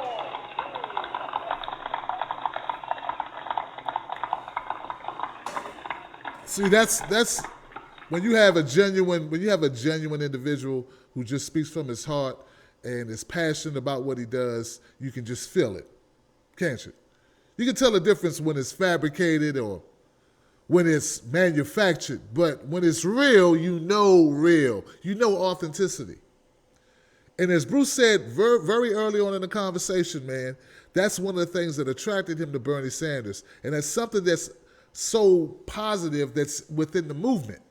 There are people, you just know, man, they're good people. And they want the best for the country. They want the best for the world. I like to say the world because this election is not just about you or I. It's not just about Bernie Sanders. It's about our futures, our children, our parents, our veterans, our homeless people. It's about our people all over the globe. I have people that call it from Switzerland, Great Britain, London, New Mexico, Brazil, Singapore, New Zealand, Ireland. I mean, I've heard from people all over the globe. So we all care. And I had to restart Facebook. So Bruce is just phenomenal, man. So anything that Bruce needs from me, he got it. If it's within my reach, he got it. Just the fact that Bruce said more than one time that he does not see enough black men involved in this. That's all I need to hear. That's all I need to hear. And you know what part of the problem is? Part of the problem is we have a lot of black folks. And this is not about voting, but we have people who have a vested interest in, how can I say this? Misinformation. And they tap into this thing because of the relationship between Black America and America that has been toxic, things that have happened that have made black people feel like they're not part of the system, like they'll sit on the outside, that the decisions get made about them and things get done to them, but they don't have any input. And it's very easy. One of the biggest, and this happens not just to black people, the biggest, look, first of all, 75% of America did not vote in the primaries. 64% of Americans didn't vote in 2012 in the general. So this is not just a black issue, but it is exorbitantly, if you go per capita, it is more of a problem in the black community. But in general, a lot of Americans have given up on the system. Now, if they did Tuskegee experiments on your grandfather, or if your mother had to sit on the back of a bus, or if your father was raised in a time when black folks were disappearing down south for trying to do sit-ins, you may have a feeling about the government. Or if you have, let's bring it up, let's speed it up. Or if you have, how can I say this? If you have a brother or a cousin, or you yourself have been thrown through the prison industrial complex, been given a plea deal for something you didn't even do, or they locked up your sister for a joint of weed, try to give her 20 years. I mean, these are reasons. There are reasons for people being the way they are. But what I'm saying is, I believe that change happens both in the system and outside the system. It's a two-pronged approach must be taken. We can't just sit on the outside of the system and say we're going to change things. No, we have to put people in place as well as do things from the outside. You understand? We have to care about our local elections. It's not just about the president. We got sheriffs and clerks of court and representatives and senators and governors and mayors. We have council members. We have all these people whose job is to serve you, and you had to get involved. You got to get involved. So I take it as a challenge, and I want to challenge everyone listening. I'm going to do my part. I challenge everyone listening to do your part to make sure that we get the word out and that you're doing your part to spread the message about what's important, okay? So that's it, guys. That's it for me. I'm going to go ahead and use the remainder of the time, man, to answer any questions or to just have phone calls, guys. Let's talk about superdelegates in the same spirit that we had earlier talking to Bruce. Superdelegates, guys. Give me a call. The phone number is not 202. That's Bruce's number. 323-870-4064. 323-870-4064. Let's talk about superdelegates, because we know Sunday Bernie Sanders made a commitment. And he said part of his strategy of going all the way through to convention was doing what? Pulling superdelegates, Facebook Live. He's going to pull superdelegates. He's going to need the will of the superdelegates. And I touched on this issue at the morning show or the noon show. Do you realize that we won Washington State, that my friend Amos from Oceanside talked about? We won Washington State 70-30. Do you know how many superdelegates we took out of Washington State? Anybody know? Does anyone know how many delegates we took out of that state? I mean, you can't do much better than 70-30, folks. Do you know how many superdelegates the Bernie Sanders campaign took out of Washington State? 0. That's right, guys, 0. Tell me how that makes sense. I'm going to my call, 515-964. Now, 515, you're live, or are you just listening? Hello? Hey, you're live with Tim Black. I saw you just called up, but I wanted to come to you real quick. Were you responding to the question I just posed? About the superdelegates? Yeah, did you have a comment about superdelegates? Yeah. Great. What's your name and where you calling from? My name is Janet Moore. I called you last week. Okay. Where you from? I'm from Iowa. Fantastic. What's on your mind? The superdelegates are, at this point right now, very defensive. They think that Bernie people are bullying them. But that doesn't mean give up. Wow. And most of them are in a political position. And what you need to do is you need to organize no more than 4 or 5 people and go see them. Wow. I've heard that. You can also apply for delegate status still. Interesting. And because they don't all show up for the convention. So you can get their ticket.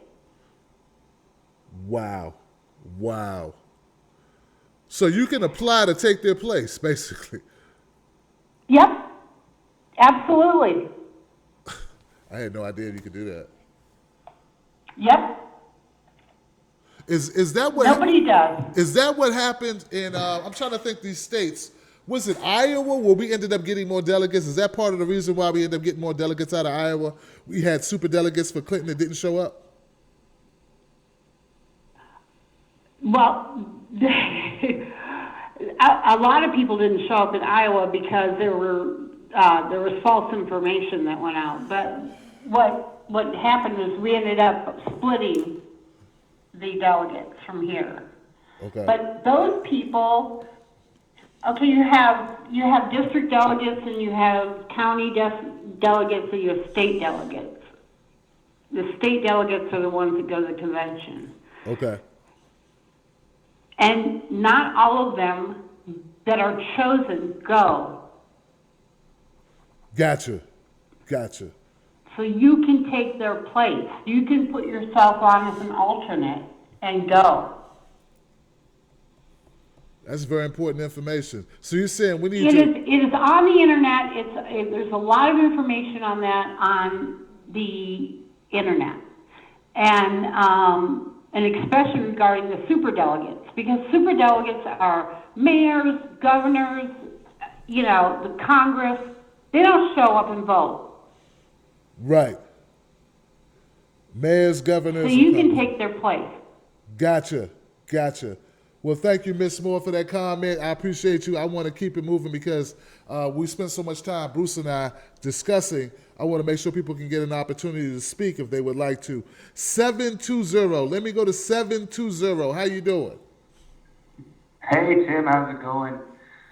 I'm good. My name is Gabriel MacArthur. I was elected to the National Convention to vote for Bernie out of Colorado. And I just want to put a message out there because there have been rumors going around that delegates have been told to sign pledges to where they have to vote for either nominee in the general election. And I have been very publicly Bernie or bust. I make no apology for it. I think he is the best person to run this country. And I just want to tell all the delegates out there, do not let yourself be bullied. Do not be afraid. I'm saying this on record right now, that if my credentials for the National Convention get pulled, because I am Bernie or bust, the party is going to face a lot of backlash. And if everybody who is Bernie or bust that is a delegate says it loud and says it proud, they can't pull all our credentials. Wow. That's amazing, man. That's amazing. So they're pulling credentials, Gabriel? No, they're threatening to. Threatening to. Okay. There's nothing in the rules that say they can do that. Okay.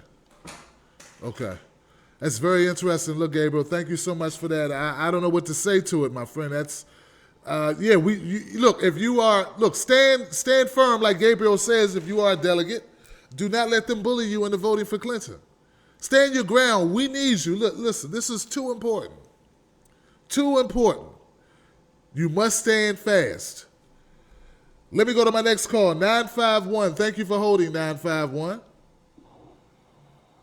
Is that me, Tim? Yes, it Mr. is. Black? Yes, it is. How you doing? I'm doing just great. This is Denise Givens, and I've tweeted to you and Facebook to you a couple of times, but regarding Washington State, Please. yesterday on Facebook, Washington evidently had their next level caucus. And they start out the first caucus, and then they elect delegates, and then they go on to like the county level. The lady who was tweeting, a couple things I want to mention.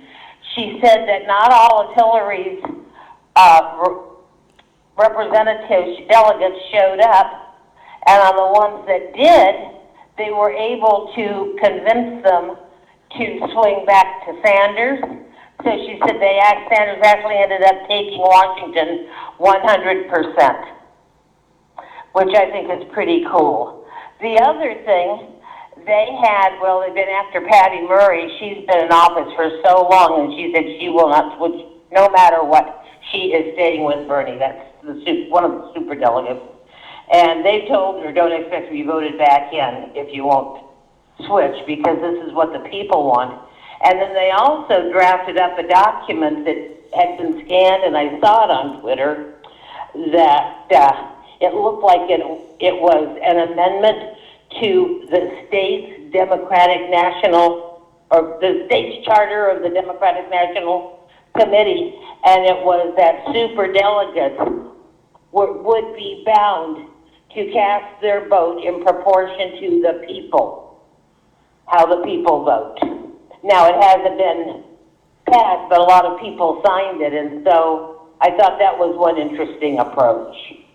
Gotcha. And then I have one question for you, Mr. Black. Do you know if any fool like me can go and show up at the national convention? I'm in California, so it would mean quite a road trip, but I'm retired, so I could do that. And no, it's not just millennials that love Bernie. I'm 64, my sister-in-law is 75. I mean, I know a lot of people because, hey, he's the only one who's promising to keep Social Security. Right. You know. Right.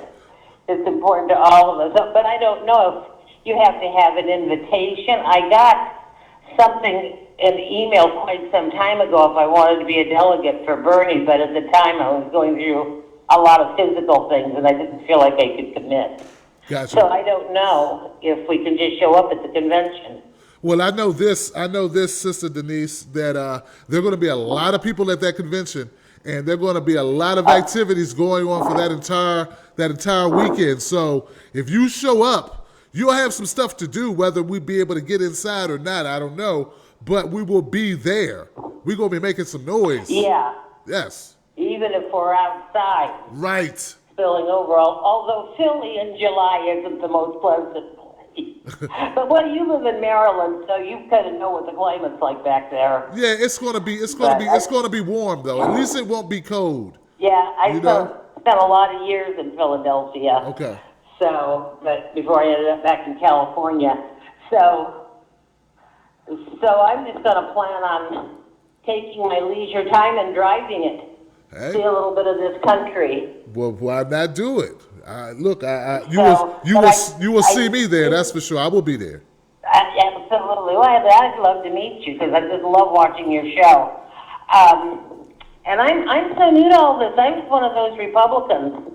Although I was a non-practicing Republican for the last several years of my life.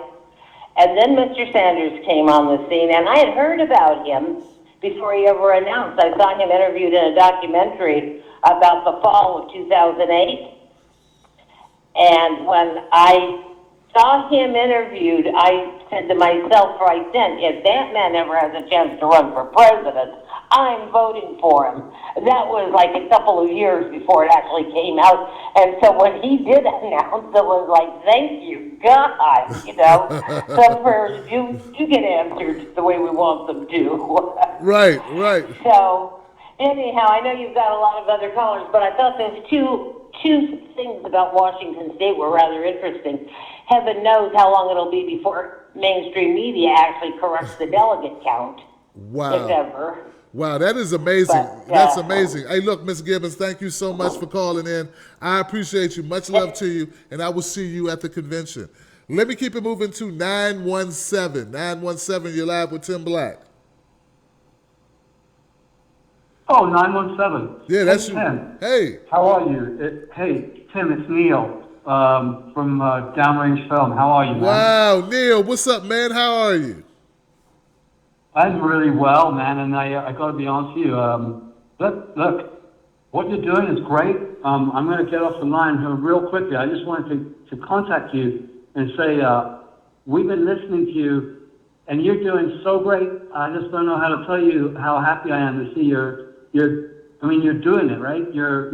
Are you going on the road? What are you doing? What? Yeah, I'll be going to the convention. That's going to be in July, man. So I will be in Philadelphia, and I will meet up with some folks from Bernie, Black Men for Bernie, and other organizations down there, man, just getting involved in streaming it live so everybody can see it.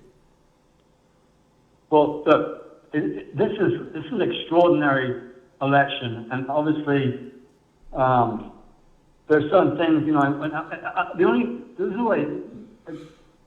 When I hear Bernie or bust, I mean, we're looking at a man who's a psychopath. And I mean, look, what are your thoughts? Okay, just say on Bernie doesn't win, okay? He doesn't win the primary. And we go to an election. Are our options to say, no, I'm not going to vote, or I'm What do you suggest? Well, I want to hear your opinions on that. Okay, well, Bernie or Bust, I had a show last week where I had the co-founder of Bernie or Bust on this show. Bernie or Bust is not where you withhold your vote. What day was that? I forget which day, but I think it was Friday. It was Friday. Yeah, Victor Tiffany. Friday. If you go to BernieOrBust.com, Okay. Victor Tiffany was here. He's the co-founder. Bernie or Bust does not mean you do not vote. It does not mean you do not, that you withhold a vote. You do not withhold your vote. And you do not vote for Trump. Do not vote for Trump. That's not what Bernie or Bust is. Right, yeah. Right. But here's my response to that, because people are afraid of Trump. I'll tell you this. I'm afraid of Hillary. Yeah. I'm afraid of Hillary too. She gives Why? me because her policies suck. She's voted for every war. Well, okay. Listen, Neil. She's voted for every war we've ever been in. She's voted for every intervention that we've ever had an opportunity. Everything that's passed her desk that involved bombing, shooting, droning, or attacking people, she voted for it. Everything. She is just as what Trump. But it was done in the name of freedom, Tim. It was done in the name of freedom. Listen, Neil. Trump hasn't actually done anything. He has just talked. Hillary has actually done things. Now, in my experience with people, Neil, the best determiner of future action is what? That would be past action. Hillary's past actions dictate to me that she is not someone that I would cast a vote for. I'm not saying you can't vote for if you feel that that will stop, I don't know what you think it'll stop. Hillary takes money from private prisons. Hillary supports fracking. Hillary supports bad trade deals that send jobs overseas. In fact, Hillary's trade policies are worse than Trump's. But I'm not saying vote for Trump. I'm saying I won't vote for either one of them. I will vote for either Jill Stein, the Green candidate, or I will write in Bernie Sanders. That's my right. 64% of Americans roughly don't vote anyway. You do realize that. And I think that we're being played against one another, where we are forced to choose the most least favorable candidate of the last 50 years. Do you realize that? Do you realize that the DNC chose Hillary? The superdelegates that are voting for Hillary, they cast their vote for Hillary before they even knew who she was running against. That is a clear indication that this is all rigged on the DNC. If I say, what kind of soda would you like, or what kind of beverage would you like, and I say I got a range of beverages, and I say, would you like wine, red wine, or would you like Pinot, or what would you like? And you already tell me, well, I'm getting this. Well, I haven't offered you yet. So you must have a true affinity, right, with this other type of wine, just going in. You're not open to anything else. And that would be fine if we were talking about wine, Neil. We're talking about the future of our country. These superdelegates, Neil, chose this woman whose favorability stinks, who people don't trust. So, Neil, to answer your question, sir, I am Bernie or Bust. That doesn't mean I vote for Trump, and I would never encourage anyone to vote for Trump. But I will not bail out the DNC, and I will not be shamed, fooled, scared into voting for someone who was the wife of the man who locked up more black people than Jim Crow. That's Bill Clinton. I will not be fooled into voting for her. I'm sorry. I won't do it, Neil. Get me a better candidate. Let me vote for that person. If you're going to bring me some slop, I'd rather not eat. I'll cook my own food, thank you. I don't need to pay for your garbage. And that's what the DNC wants us to do, Neil. And I understand your position. I know how you feel. I know what your motivation is. You're concerned with Muslims and the hot rhetoric that Trump has spewed regarding Muslims, because I know you, and I know that's a concern of yours. I don't trust Hillary. I don't trust Trump. I trust neither one of them. One is cyanide. The other is arsenic. They're both toxic. That's how I feel about that, Neil. Thank you so much, Neil. 425, 425. Hey, Dan. Hey, how you doing? My name is John. I'm from Washington State. Hey, John. And I just wanted to clarify a little bit here on the Washington State caucus. Okay. I don't know if we got 100%, but I do have a feeling we did gain ground. Okay. Because I went to the first caucus, and I was elected as an alternate, and I went to legislative caucus, and we had 84% show up for Bernie Sanders and only 16 for Hillary. If we only had 2 more percent, she would have been non-viable. So I'm sure that she did. I mean, that he did gain a lot of delegates in Washington State, but I don't think it's 100%. I could be wrong, but I just want to make sure that misinformation is not out there. Okay. And another thing that she was talking about was just in Pierce County alone, from what I read on Reddit.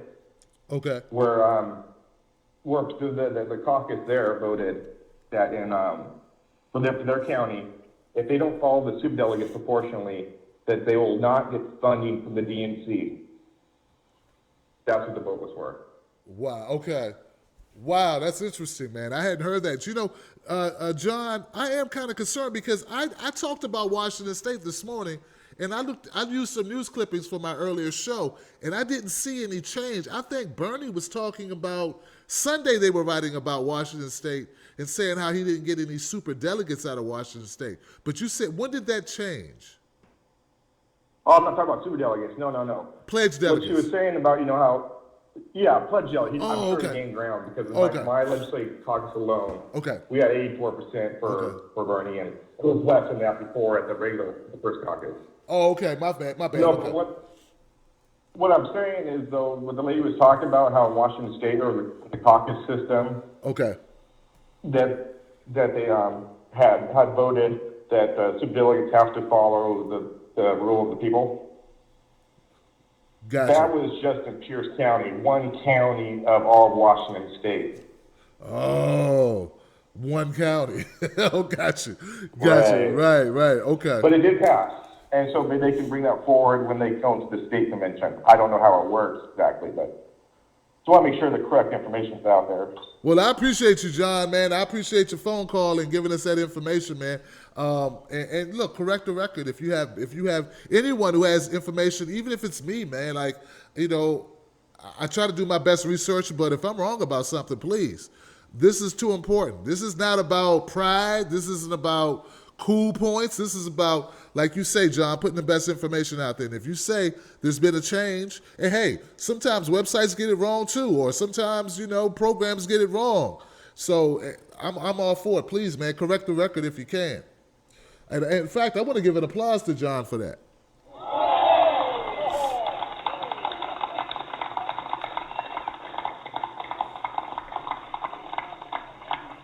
Very important, guys. You know, part of what we do here that makes us different, I hope, and what I strive for is to give the most accurate information and not to spin it. Okay, I let you know I'm pro Bernie. I'm pro political revolution, but I'm not gonna lie. I'm not gonna do an MSNBC. I'm not gonna do an ABC and count the superdelegates as delegates, as pledged delegates when they aren't the same, like they've been doing. I'm telling you the truth. All right. 509, I'm going your way, 509. What's your name and where you calling from? Hello? Hey, 509, you're live with Tim Black. What's your name and where you calling from?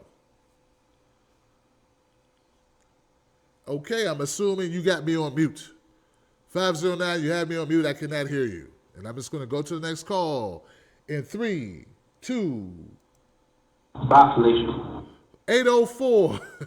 804, how you doing? What's your name and where you calling from? Is this Linda? Hey, Sam, how you doing? This is Linda from VA.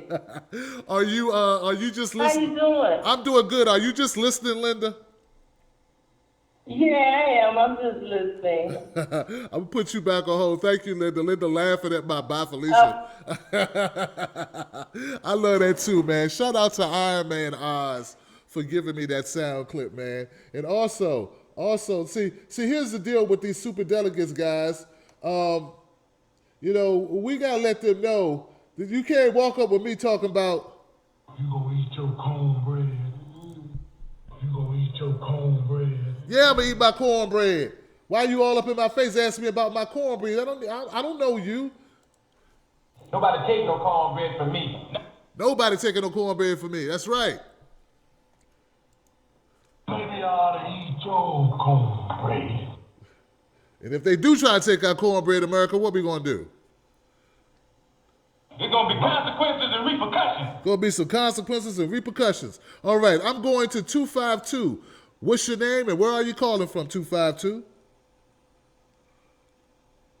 Hey there, is this me? Yes, it is. Yes, it is. How you doing? Hey, Tim, what's up? It's first time calling in, first time watching your show. I'm friends with Nico House in North Carolina, and I just wanted to call in and ask you a question related to what looking ahead beyond the convention. If Bernie doesn't get the nomination, which I am confident he will, do we know how many states have a write-in option? You know, we had some conversation about that when we had Bernie or Bust. Here's the deal. I know that we have a number of states where the Green Party is associated. So this thing is very fluid. The Green Party is on the ballot in 40 states. Some people say 10, they don't know what they're talking about. The number is 40. What we're trying to do is we're looking at the opportunity of getting Bernie to run as an independent. Now, I know he may not be willing to do so, but we are putting together a petition for that. So there are a number of things that are in the works. One is getting him to go Green Party. The other thing is writing him in. And you're right. There are some states where you can't write in, where you cannot write in a candidate. That's true. So it depends. It varies from state to state, my friend. I don't know the number of states. Okay. All right. Well, I was wondering, and I'm enjoying the show. Thank you for all you're doing. Sure, man. Thank you for calling up, my friend. Let me 509. I think I tried you earlier, 509. I don't know if you know that you on the show. I'm going to go back to you, 509, because I like using my buttons. So I'm going to go ahead and try you out. 509. Now. Wow. I'm on now. Yeah. This is Broken Carpenter in Yakima, Washington. Why you had me on mute, man, didn't you? No, I had you on speaker, and I popped it over. Or actually, you dropped me or something. There was no sound. Wow. Well, look, man. So I'm glad you're back. Hey, man, I just called back. Ain't no problem. I'm glad you're back, brother. What's on your mind tonight, man? Well, I'm Bernie and Buzz. My ass is chapped over this Superdelegates in Washington State thing. Okay. Because, let's face it, man. We are as blue a state as you can get. And 75% of us, basically, 3/4 of us, voted for Bernie. So this shouldn't be like close math. Right. Right. I mean, we should be getting some of them. Right. And they're voting with Boeing. That's what they always do here. And Boeing wants her because they want the TPP. There it is. So, follow the money, man. You know how it goes. I do. It's unfortunate, man. But, hey, we'll be in Philly, man. In numbers. Right. And I already told you. Broken carpenters and all. Broken carpenters and all. That's right. I'm going to be there too, Broken Carpenter, man. Thank you so much for your call, my friend. Give it up for Broken Carpenter, guys, and my friend John, and my new caller who didn't say his name. I forgot to ask your name. But he's a friend of Nico House, who's a friend of the show, my friend. So a friend of Nico's is a friend of mine. And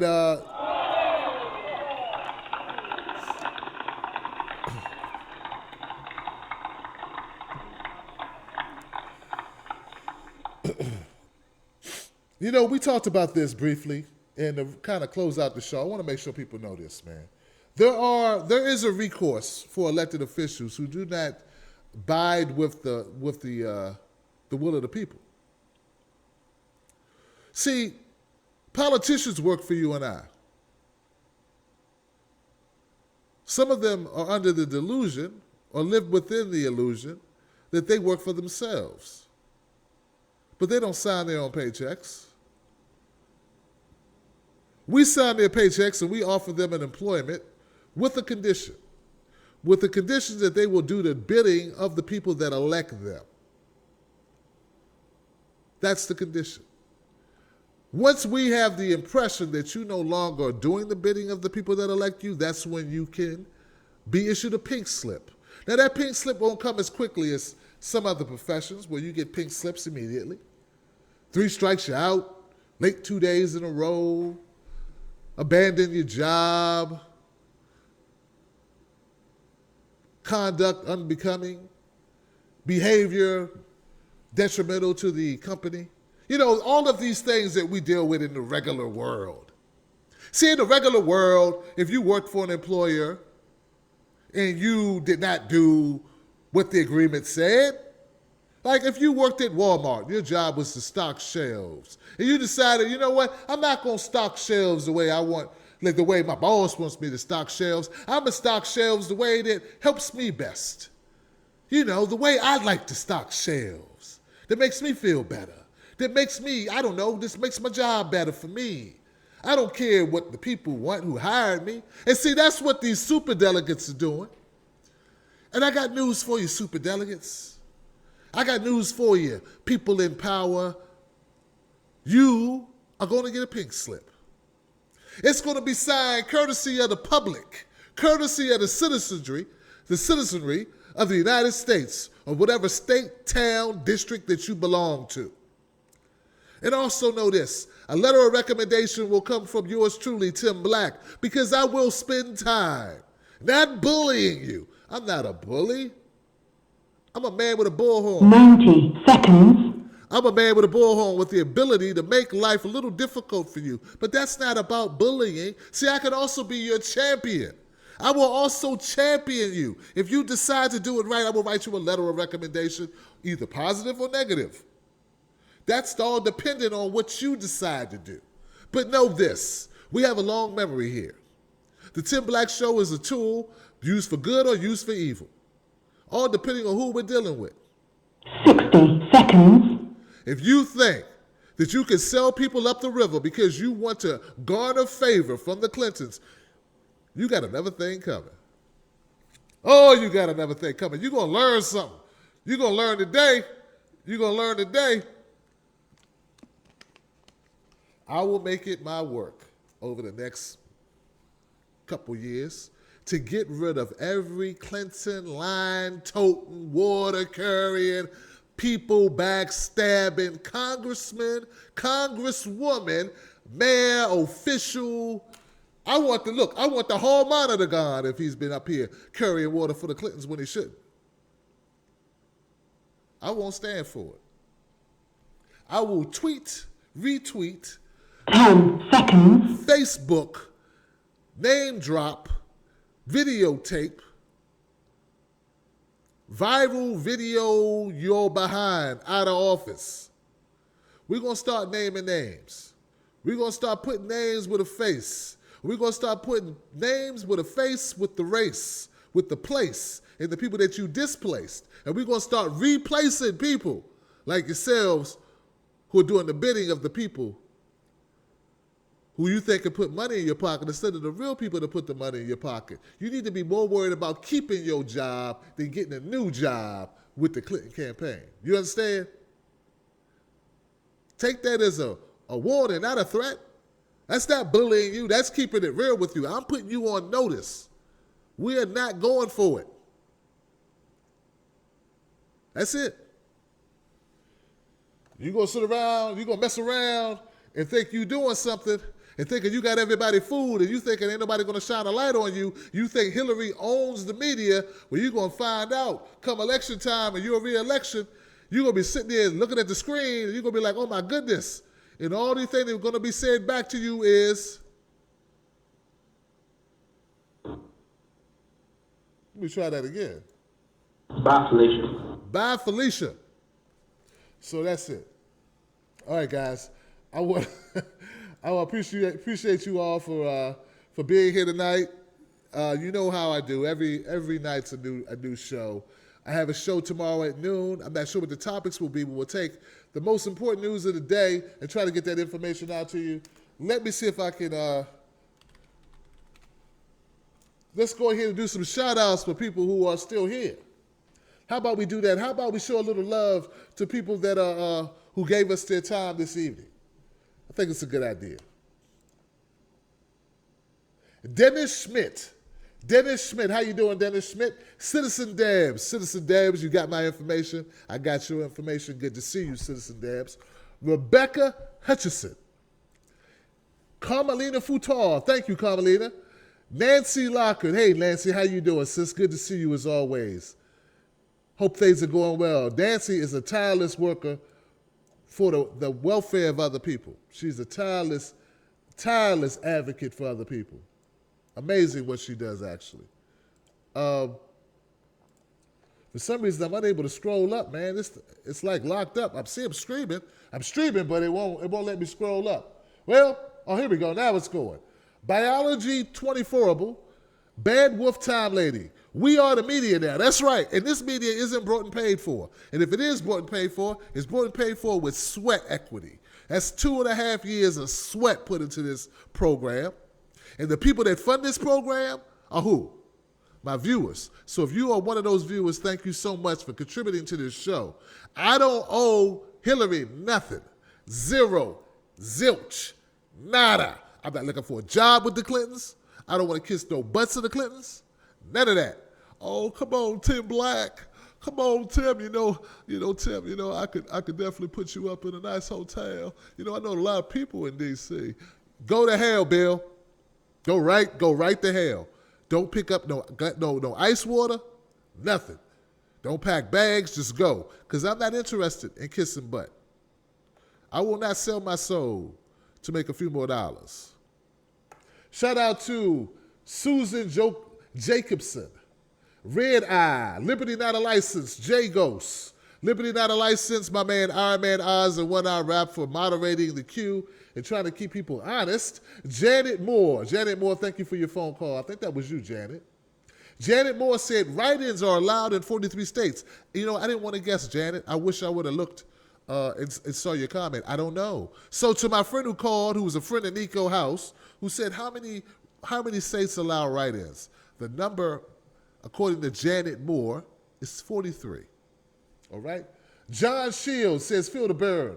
Rodney Jackson says, start with the Congressional Black Caucus. I'm with you, my friend. I am so with you. Nicola Tesla. Campsey Grothendike. Tony Ramirez, Jennifer Check, Brom SL1, Julie Frazier, Asa Gregory, Stunning Lad 1, Campsey, I got you, Campsey, CDN for Bernie. I don't know what that is, but okay. Broken Carpenter, once again, Louise DeBerry, K Grin, Greek Vegetarian Recipe. Could you make me some Greek vegetarian recipe? My son's a vegetarian. Q DeMayo, good to see you, Q. Sarah Elaine, so many people. Cindy Kalinsky, how you doing, Cindy Kalinsky? My man, Mystical Carter was on the phone. He's like, I don't know what to say. Jonathan Check, Ghost Walker 2061, Out Politics, and Pierre Desalanis. Peter D. All right, that's enough. Let me switch gears. Facebook Live, I got a shout out for Jackie Jeffries, Mary Jane Smith-Cook, who's often here. Thank you both. Both of you often here. Lynn Nitty, often here. Thank you, Lynn. Anna Bridwell. Thank you, Anna Bridwell. Thank you for being here. I appreciate you. Melissa Meyer, thank you so much, lady. You know I got love for you, Melissa. Mary West, PG O'Hearn, Lynn Nitty. Also, I think I just called her out. Amy Gothier Fraser. Robin Luther, thank you for being here once again. And Ted Rednauer. Catherine Somerville. Lisa Ann Bennett. Ginger Beeler. Jennifer Vickers. Thank you, Jennifer Vickers. Ginger Beeler. And my whole crew. Ted, I got you before Ted. And Mary West. Mary West. Look, man, I got a whole crew of people, man, that are always here holding me down. I appreciate you guys so much. Thank you for being here at a special edition show with a special guest. And guys, you can kind of tell. You can kind of tell that me and Bruce, we get along, man. So I look forward to working with Bruce in the future, doing a lot of great things with Bruce, and just getting the word out. And his grassroots experience in the trenches and my online experience, we put those together, man, we are going to be powerful. And that's what it's all about, right? Good people working together for the greater good. Not for us, but for the greater good. And you know what I found out, man? And this is the truth, guys. I 100% believe this. If you want to be successful, find something greater than yourself to be about and commit yourself to it. And success will be a byproduct. It's just naturally what happen for you. But you have to commit, man. You got to go all in. And you got to do everything in the spirit of championing the thing that you're about. So if you want to be great at anything, man, that's my advice. I've seen rapid growth in the last few months, but it's because this ain't about me. I'm not walking around going, I'm Tim Black, look at me. I had a friend today, and he's not just a friend because he's my friend. We met because we have respect for one another.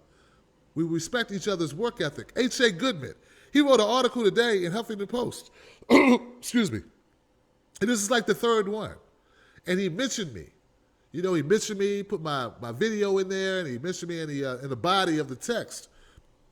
And I just appreciate that so much. But the reason is because H.A. knows my commitment level. And he trusts me because he knows I'm about the people. So, like I'm saying, guys, and I'm not trying to preach, man, even though it sounds like I am preaching a little bit.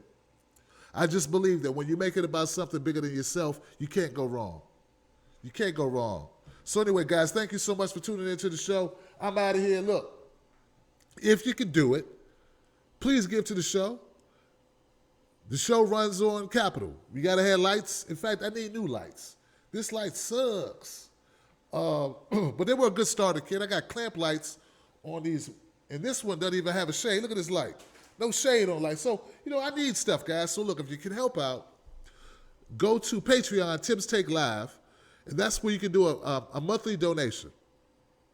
Some of you are cutting your cable cord anyway. So go ahead and cut your cable cord and, you know, cut your brother in a little bit. Because we are the new media. Forget that old media that lies to you. All right? Also, PayPal me at timstake2@gmail.com if you want to do a one-time thing. And also, guys, Bruce didn't mention it, and I meant to say it. Hope you're still here. Just look up Black Men for Bernie. Follow them on Facebook. Follow them on Twitter. In fact, let me see if I can grab that now. Because they have a website. You can go to their website and get all this stuff, right? Go to Black Men for Bernie on every platform, or just go to blackmenforbernie.com. For 2 months' work, he has had phenomenal growth. Got me? All right. That's it, guys. Well, you already know. Hey, look, guys, by the way, people said they wanted them. I have the new shorts in. The Sprinkle Some Facts on them shirts. The shorts those shirts are here now. So I have them in 2 colors. They're black, and they got red ink, and they got yellow ink. I got different things going on. I think they're very interesting. So I hope you like them. Go check them out. I'm going to provide a link to them. I think I can. Let me see if I can try this. Shop. There's some people, like, you know, they need something for their money. They want to help the show, but they want to also get something for it besides the show. So I'm like, well, you know what? We have products, guys. So here goes the shirt to my favorite expression. And people say, Tim, some people tell me, Tim, I'm waiting on that shirt. I like the Tim Black Wolfpack, but I want that Sprinkle Some Facts on this shirt. So the Sprinkle Some Facts on them shirt is now available. All right? All right. All right, guys. I'm done for the night. I will see you tomorrow at noon for the Tim Black Day Show. And then I see you back here tomorrow night at 9 p.m. Eastern Standard Time for Tim Black at Night. All right? Well, that's it, guys. You know what we do right now. My favorite comedian of the last 10 years, maybe the last 15 years, actually. The number one, notorious Dave Chappelle. What does he say? Let's sprinkle some crack on him and get out of here. Let's sprinkle some facts on him and get out of here. I'll see you tomorrow. Thank you. Thank you. Thank you. Like I always say, feel the burn. And you guessed it. I love you, Neil, but I'm Bernie or bust, baby. Bernie or bust. Tim Black. Tim Black. Tim Black. Yes, I am. True. Funny.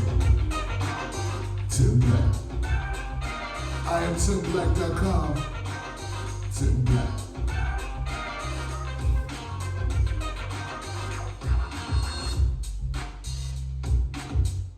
Yep. Thank you very much, Facebook Live. I'll see you tomorrow, guys. Thank you. I'll see you soon. Oops. Guys, I'll try to I know I got some email I need to get out. I will be getting that email out and responding to comments, responding to direct messages on Twitter at TimBartender. And email me at timstake2@gmail.com, guys. I will do my best to start answering some of those calls. I got backed up this weekend and had a lot going on. But look for those messages to get out between today and tomorrow. I should be all caught up, okay? Okay. And if I missed you and it's been a week, send it again. Sometimes you gotta send it more than once. I'm by myself, guys. Nobody else responds to my mail but me. So bear with me. I'll get back to you. All right. Thank you.